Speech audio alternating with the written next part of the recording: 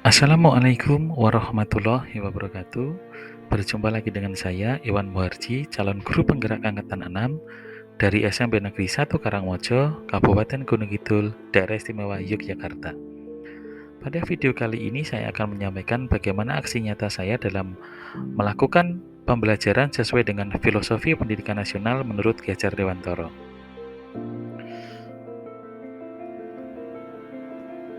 Perasaan saya ketika melakukan perubahan di kelas berdasarkan pada filosofi pendidikan Ki Hajar Dewantoro adalah pertama kali ada rasa tidak nyaman dalam kegiatan pembelajaran karena pembelajaran sesuai dengan filosofi Ki Hajar Dewantoro itu berada di luar kebiasaan saya.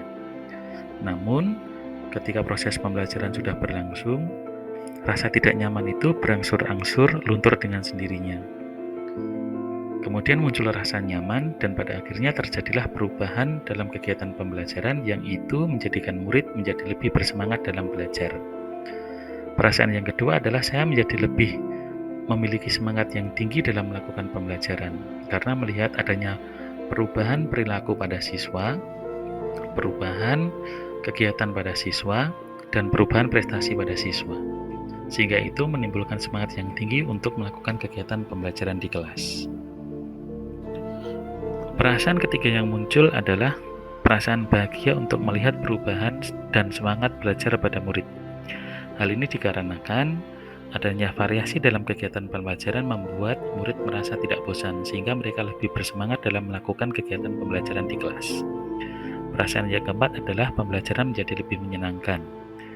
Dilihat dari senyum dan tawa dari murid-murid ketika melakukan pembelajaran, hal ini menandakan bahwa mereka dalam melakukan kegiatan belajar di kelas saya merasa lebih bahagia dibandingkan sebelum saya melakukan kegiatan sesuai dengan filosofi pendidikan menurut Ki Hajar Dewantoro.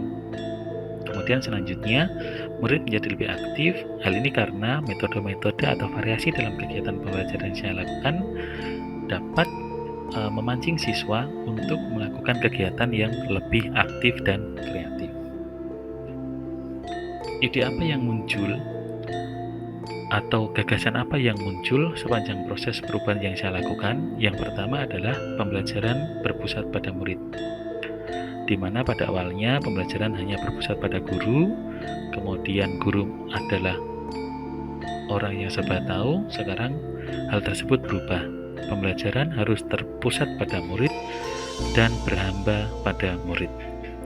Yang kedua adalah strategi pembelajaran lebih bervariasi. Kemudian yang ketiga adalah pembelajaran menuntun berpikir kritis. Yang keempat, penggunaan mind mapping dalam pembelajaran. Dan yang kelima, penanaman pembiasaan-pembiasaan baik untuk dapat membentuk budi pekerti siswa sesuai dengan filosofi pendidikan Ki Hajar Dewantoro. Kemudian bagaimana praktik baik yang saya lakukan setelah saya mempelajari filosofi pendidikan nasional menurut Ki Hajar Dewantoro? Praktik baik yang pertama adalah dengan melakukan pembiasaan salam, senyum, dan sapa. Kegiatan ini dimulai ketika siswa masuk ke gerbang sekolah. Mereka harus melakukan salam, senyum, dan sapa kepada guru yang melakukan tugas piket. Kemudian pembiasaan yang kedua adalah pembiasaan untuk mengatakan tolong, maaf, dan terima kasih, di mana tiga kata ini seakan sekarang sudah mulai hilang dalam kebiasaan hidup sehari-hari, baik itu dari murid dan ibu bapak guru. Pembiasaan yang ketiga adalah pembelajaran dengan variasi metode pembelajaran. Hal ini untuk menggugah kreativitas dari guru dan dapat membantu siswa untuk melakukan pembelajaran dengan lebih baik. Praktik baik yang keempat yang saya lakukan adalah pembelajaran berpusat pada murid, di mana setiap murid memiliki kesempatan yang sama untuk berpendapat di kelas saya. Setiap murid harus aktif dalam kegiatan pembelajaran, tidak hanya guru yang aktif dalam memberikan materi pembelajaran. Kemudian yang kelima adalah pembiasaan penggunaan bahasa daerah. Karena saya berasal dari Yogyakarta, maka ada satu hari di kelas saya harus menggunakan bahasa daerah yang baik dan benar. dalam tatanan bahasa Jawa, ketika murid berbicara dengan guru harus menggunakan bahasa Kromo Inggil. Kemudian, bagaimana filosofi pembelajaran itu dilaksanakan di kelas saya? Ada 3 tahapan yang harus saya lalui. Yang pertama adalah tahap persiapan, di mana saya selalu melakukan koordinasi dengan kepala sekolah mengenai kemungkinan-kemungkinan yang dapat saya lakukan dalam melakukan inovasi pembelajaran di kelas.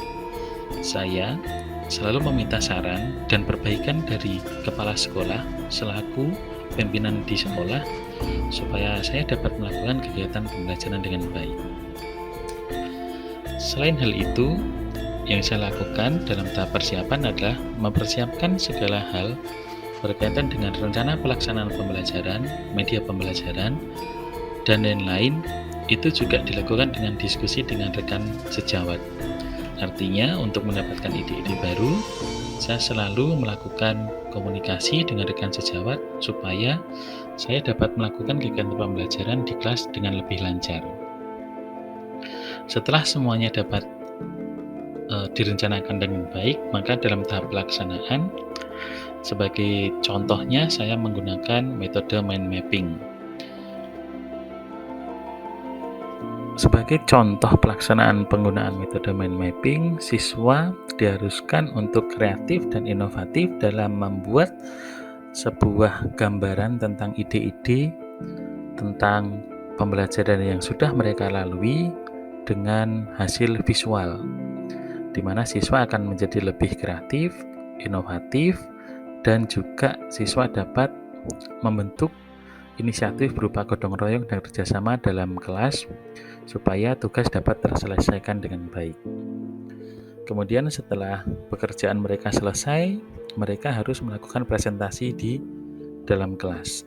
Hal ini dilakukan supaya tercipta sebuah proses pembelajaran yang membentuk budi pekerti seperti kerjasama, gotong royong, inovatif, dan kreatif.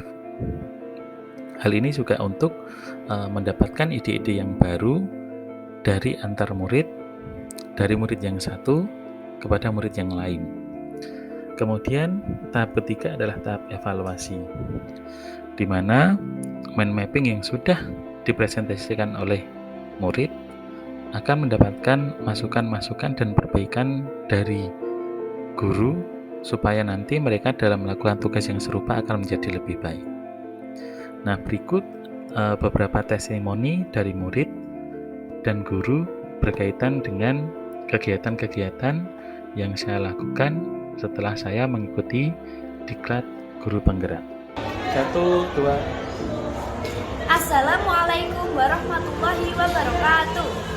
Perkenalkan, nama saya Lutfi Lintang Lokanita dari kelas 8G. Saya ingin bercerita tentang pembelajaran PPKN. Pembelajaran PPKN sangat menyenangkan. 1, 2. Assalamualaikum warahmatullahi wabarakatuh. Perkenalkan, nama saya Lutfi Lintang Lokanita dari kelas 8G. Saya ingin bercerita tentang pembelajaran PPKN. Pembelajaran PPKN sangat menyenangkan karena metode belajarnya berganti-ganti dan gurunya sangat asyik. Pokoknya pelajaran PPKN menyenangkan. Terima kasih. Wassalamualaikum warahmatullahi wabarakatuh. Halo, nama saya Imam Naufi Al-Muzofa, rekan kerja dari Bapak Iwan Muharji, guru di SMP Negeri 1 Karangmojo. Perubahan yang terjadi pada beliau setelah mengikuti pendidikan guru penggerak adalah yang pertama, beliau lebih termotivasi untuk mengajar. Yang kedua, beliau melakukan pembelajaran yang kreatif dan inovatif.